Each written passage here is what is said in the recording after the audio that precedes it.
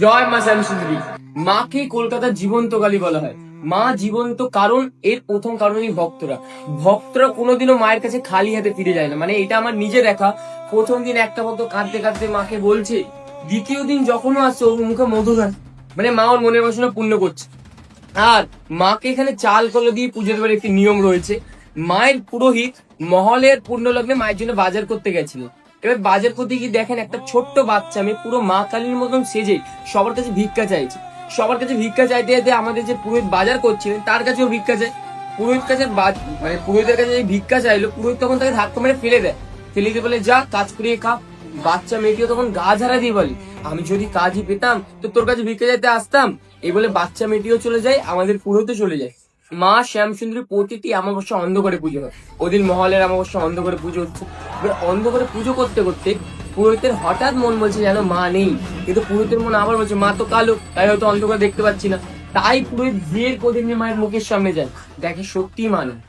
আর মায়ের নিচে যিনি শিব ঠাকুর, উনিও পুরো মৃত মানুষের মতন শুয়ে আছে। এই দেখে পুরোহিত থমকে যায়। থমকে এবার কিছুক্ষণ পরেই পুরোহিতের পেছন থেকে ছুম ছুম করে নুপুরের আওয়াজ হয়, আর ধাপ করে শিবের বুকের উপর একজনের ডান পা পড়ে। আর যেই বাচ্চা মেয়েটাকে ধাক্কা মেরে ফেলে দিয়েছিল সেই বাচ্চা মেয়ের মুখ ওই অন্ধকার থেকে বেরিয়ে আসে। আর মা তখন মানুষের কণ্ঠে বলে, দে চাল তোলে দিবি না আমায়। এই শুনে পুরো অজ্ঞান হয়। এবার অজ্ঞান অবস্থা মা ওনাকে বোঝাচ্ছে না, আমি শুধু বড় লোকের মা নই রে, আমি গরিবেরও মা। তাই এবার থেকে যে কোনো ভক্ত এক মুঠো চাল একটি পাওয়া করে দিয়ে মাকে পুজো দেয়, মা তাদের প্রতিটা মনের বাসনা পূর্ণ করেন। আর যখন মাকে দর্শন করবেন তখন দেখবেন মায়ের বেদির নিচে 9টি বিগ্রহ আছে, নবগ্রহ বিগ্রহ।